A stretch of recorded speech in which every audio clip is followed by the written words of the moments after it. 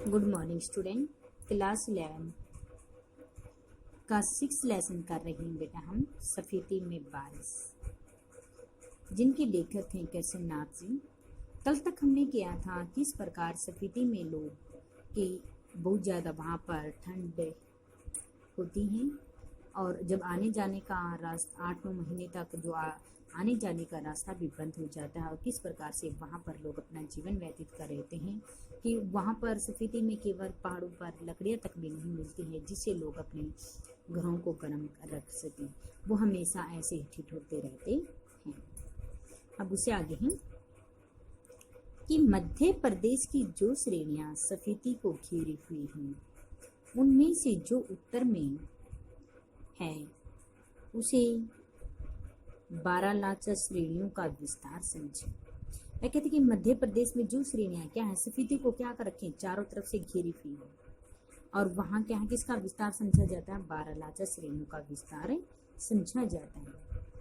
बारालाचा दर्रे की ऊंचाई का अनुमान 16,221 फीट से लगा करके 16,500 फीट लगाया जाता है कि जो बारालाचा का विस्तार जो माना जाता है उसकी ऊंचाई का क्षेत्रफल बताया कि अनुमान लगाया जाता है कि यहाँ इतने से लेकर केवल इतने फीट तक होगा। इस पर्वत श्रेणी में दो चोटियां की ऊंचाई 21,000 फीट से अधिक है।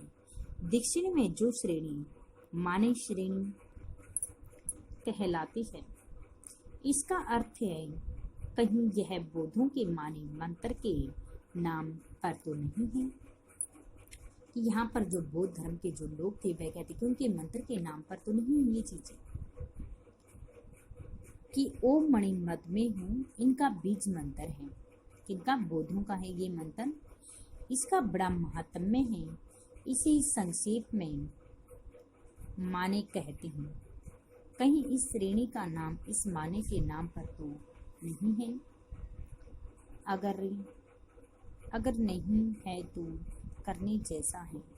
यहाँ इन पहाड़ियों में माने का इतना जाप हुआ है कि यह नाम उन श्रेणियों को दे डालना ही सहज माना जाता है कि वहाँ पर जो बौद्ध धर्म के जो लोग होते हैं वह किस प्रकार से अपना कौन सा मंत्र का उच्चारण करते हैं उसकी महात्म्य में इस श्रेणी का माना जाता है। इस महात्म्य में बताया गया है कि इसका वो उच्चारण करते हैं, उसका वो जाप करते रहते हैं।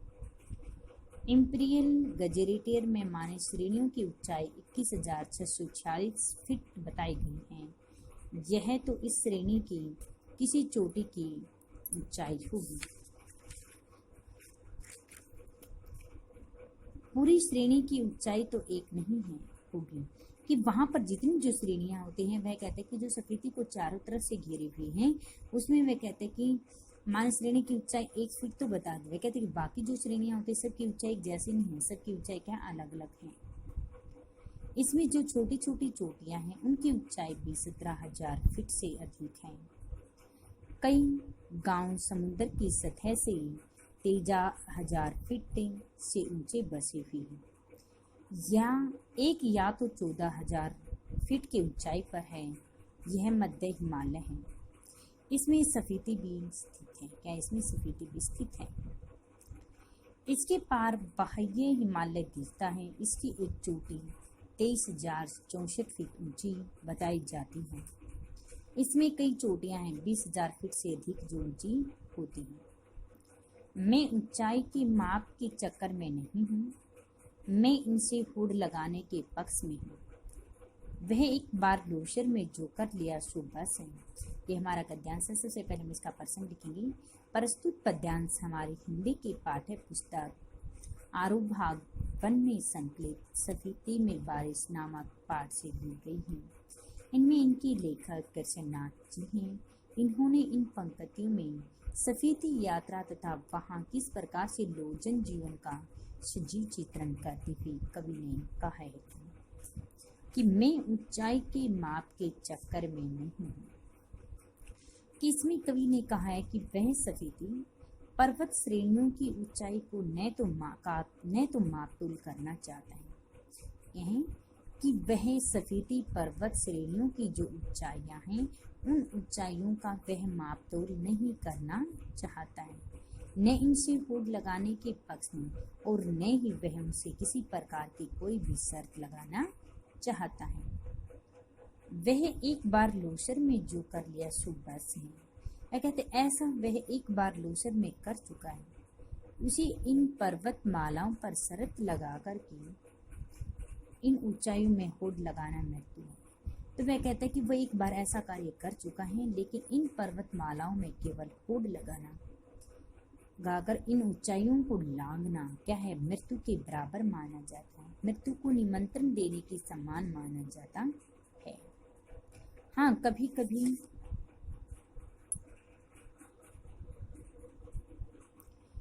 कभी उनका मान मर्दन करना मर्द और औरत के साथ है। वह कहती कभी कभी यह भी स्वीकार किया जाता है कि कभी कभी यह भी स्वीकार किया जाता है कि इन पर्वतों पर जब किसी प्रकार की कोई की विजय प्राप्त करनी होती है तो वह विजय क्या है, कभी कभी स्त्री और पुरुष की ही शान मानी जा सकती है। कि जो विजय प्राप्त होती है वह किसकी शान मानी जाती है, वो कभी कभी स्त्री और पुरुष की ही शान मानी जा सकती है। मैं सोचता हूँ कि देश और दुनिया में मैदानों और से पहाड़ों से युवक युवतियाँ आए। कभी यह सोचता रहता है कि मैं हमेशा ये सोचता रहता हूँ हर प्रकार की जो श्रेणियाँ, जो बड़े बड़े पहाड़ हैं ऊंचाइयों पर, वहाँ दुनिया के मैदानी तथा पहाड़ी क्षेत्रों पर युवक और युवतियाँ यहाँ आकर अपना अहम त्याग करें। ठीक है, वहाँ पर उन पहाड़ों पर आकर युवक युवतियाँ जो होती हैं अपने अहंकार, अपने घमंड जो होता है उसको त्याग दें। फिर इन चोटियों के अहंकार को दूर करें। पर सबसे पहले स्वयं तो क्या करें वो, कि वो चोटियाँ वह कहते कि सोचते कि इतने बड़े बड़े ऊंचे पहाड़ों पर नहीं चढ़ सकता कोई इतनी ऊंचाई पर, तो वह कहते ये युवतियाँ पहले वहाँ आकर अपने अंदर जो अहंकार होता है, घमंड जो होता है उसको त्यागें। फिर इन चोटियों के अंदर जो अहंकार घमंड होता है, ऊंची ऊंची पर्वत जो श्रृंखलाएं होती हैं, इन पर विजय प्राप्त करके इनके अहंकार को नष्ट करें। इस आनंद का अनुभव करें जो मान मर्दन करना मर्द और औरत के शान होती हैं। इसमें कवि ने कहा कि इन श्रेणियों के पर विजय प्राप्त करने स्त्री और पुरुष की ही शान मानी जाती है।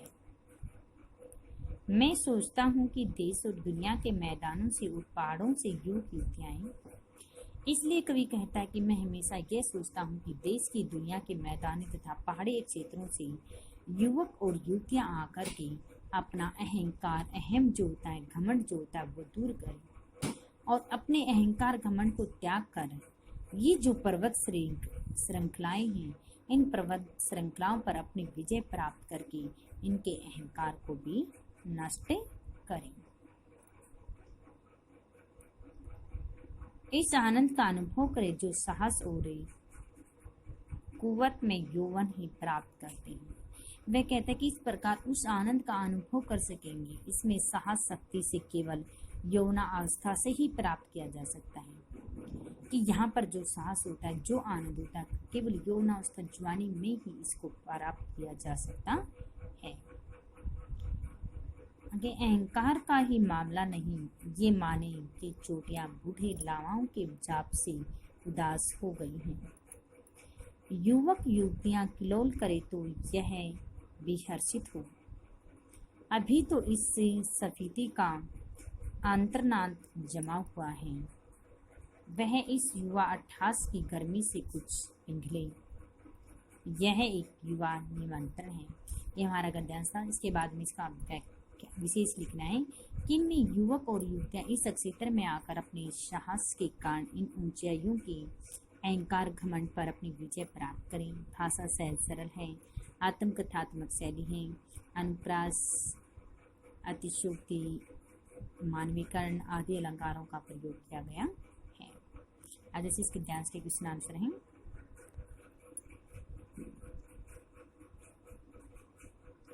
लेखक ऊंचाई की माप के चक्कर में क्यों नहीं है।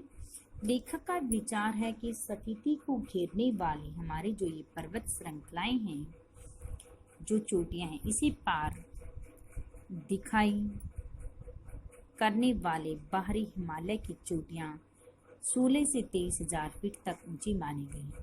इन ऊंचाइयों के माप जोख नहीं किया जा सकता, इनका वर्णन ध्यान आकर्षित करना चाहता है।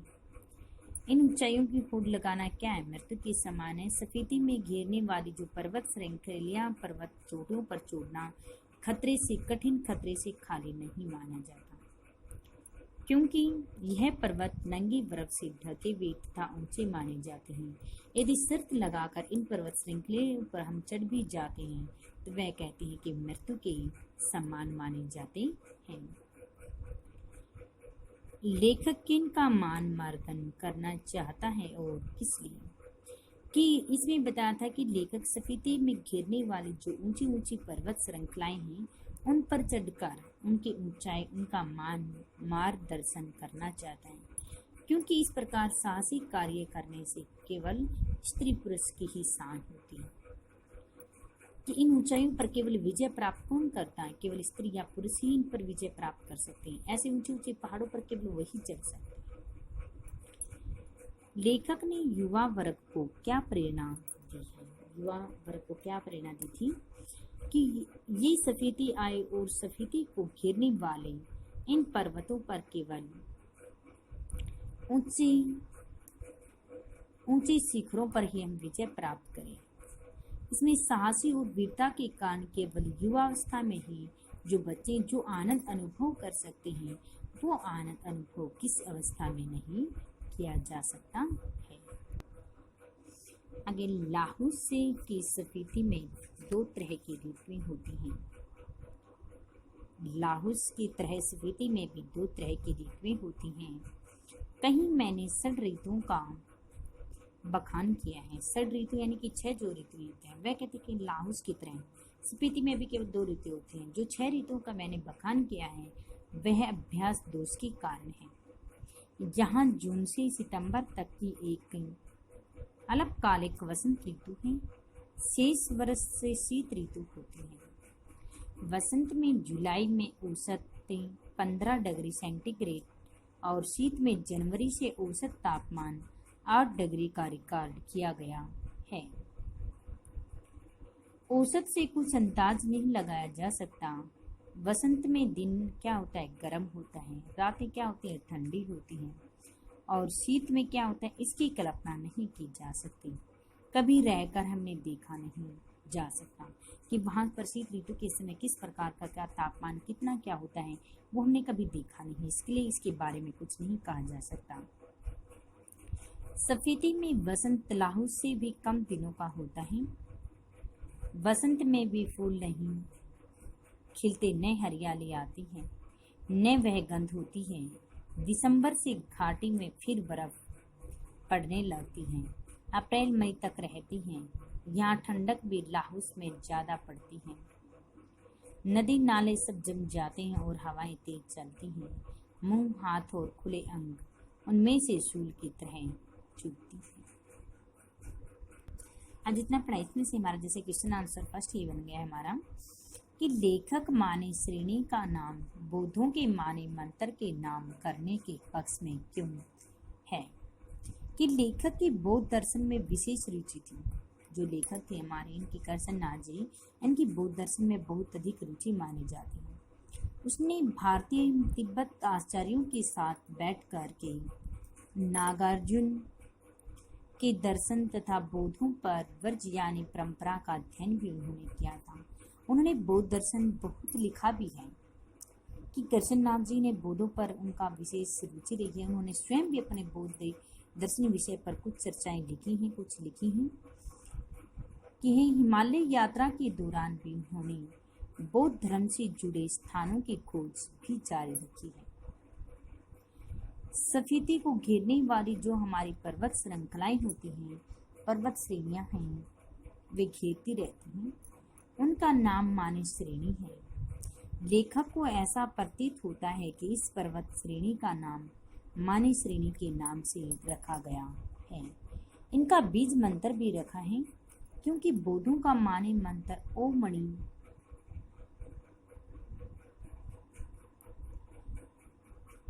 पद्मे हूँ इनका बीज मंत्र माना जाता है।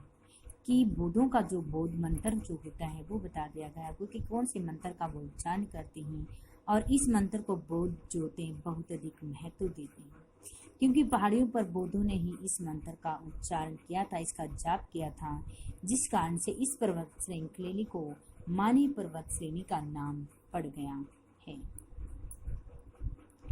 बोधों के माने मंत्र के आधार पर रखने के पक्ष भी माना जाता है। ये माने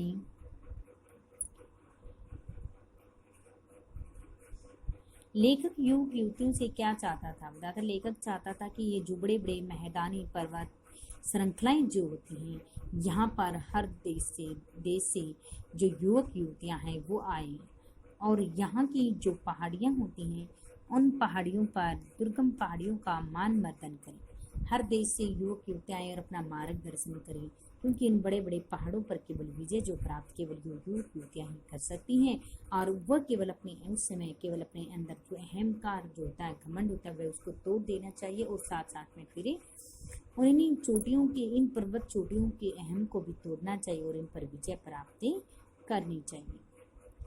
फिर इन कलापों में यहाँ के उदासीन वातावरण में डूबकर भी हर्षित कर देती हैं, खुश कर देती हैं। लाहौस स्फीति में कितनी ऋतु बता था? दो लाहौस में भी स्फीति में भी लाहौस की तरह दो ऋतुएं होती है। एक तो जून से सितंबर तक जो अल्पकालिक वसंत ऋतु होती है, और शेष वर्ष में क्या होते हैं जो ऋतु रहते हैं। जुलाई में यहाँ का औसत तापमान 15 डिग्री होता है, और जनवरी में वहाँ का तापमान केवल 8 डिग्री सेंटीग्रेड हो जाता है। वसंत में भी दिन गर्म और रात ठंडी होती है, परंतु शीत ऋतु की मात्रा शीत की ही होती है, बहुत ज़्यादा ठंड होती है, क्योंकि अभी तक वहाँ पर पता नहीं लगा जा सकता, हमारे के नहीं देखा गया है।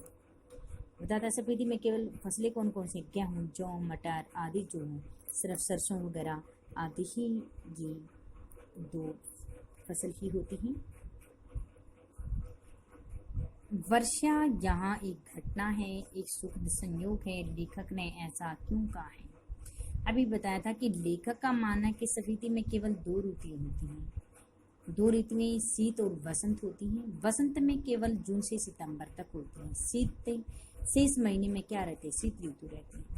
वहाँ जुलाई में जो औसत तापमान होता है वह केवल 15 डिग्री सेंटीग्रेड होता है, और पावस तो यहाँ तक कि लोगों के लिए एक नाम होता है।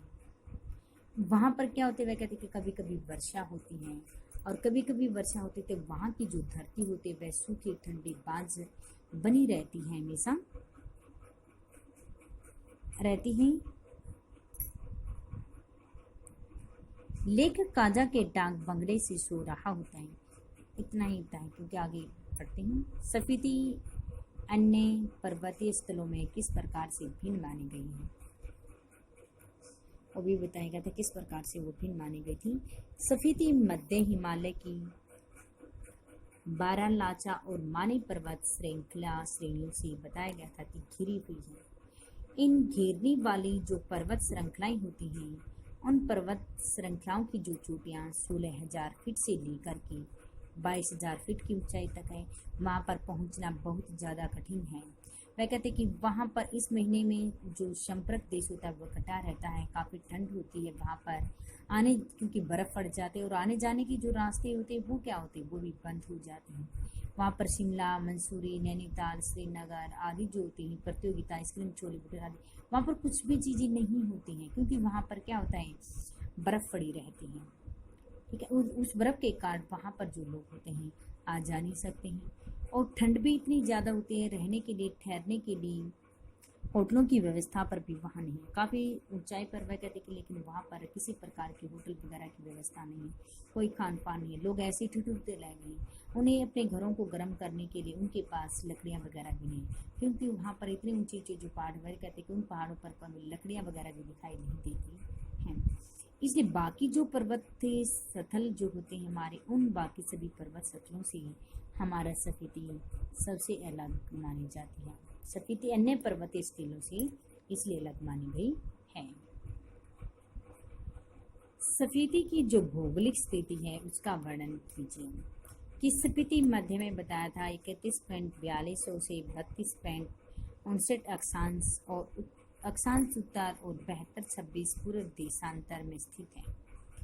चारों यह बारलाचा और माने पर्वत श्रेणियों से घिरी हुई है। कौन सी स्फीति? जो हमारी घाटी मानी जाती है, प्रकार की श्रेणियों से घिरी हुई है। इसकी सतह तल से केवल 12,986 फीट की ऊंचाई पर है। यहाँ का जो तापमान वगैरह भी बताया गया था कि 15 डिग्री सेंटीग्रेड से, और जनवरी में वहाँ पर केवल कितना हो जाता है? 8 डिग्री सेंटीग्रेड हो जाता है। 2 ऋतुएं बताई गई थी, शीत और वसंत ऋतु वही बताई गई थी कि वसंत तो जून से सितंबर तक हमेशा चलती रहती है और वर्षा वहाँ पर कभी कभी होती है। फसल भी वह कहते कि एक ही होते, गेहूँ है, मटर, सरसों आदि जो है सिर्फ केवल यही बोई जा सकते हैं, जो एक फसल यानी कि एक क्षेत्र में बताई जाती है कि इस महीने के अंदर केवल ये फसल बोई जा सकते हैं। वह केवल इसी के अलावा पहाड़ों से आ रही नालों से उनकी जो सिंचाई होती है, पहाड़ों से नालों के अंदर जो पानी आ रहा होता है केवल उनसे उनकी सिंचाई की जाती है। इसलिए वहाँ स्फीति का जो क्षेत्रफल होता है वह 21,055 वर्ग से 31,000 की जनसंख्या के वहाँ पर केवल इसके अंदर केवल स्फीति के बारे में बता रखा है कि स्फीति की जो भौगोलिक स्थिति है वो किस प्रकार से कैसे है। तो ये आज का हमारा राइट प्लस लर्न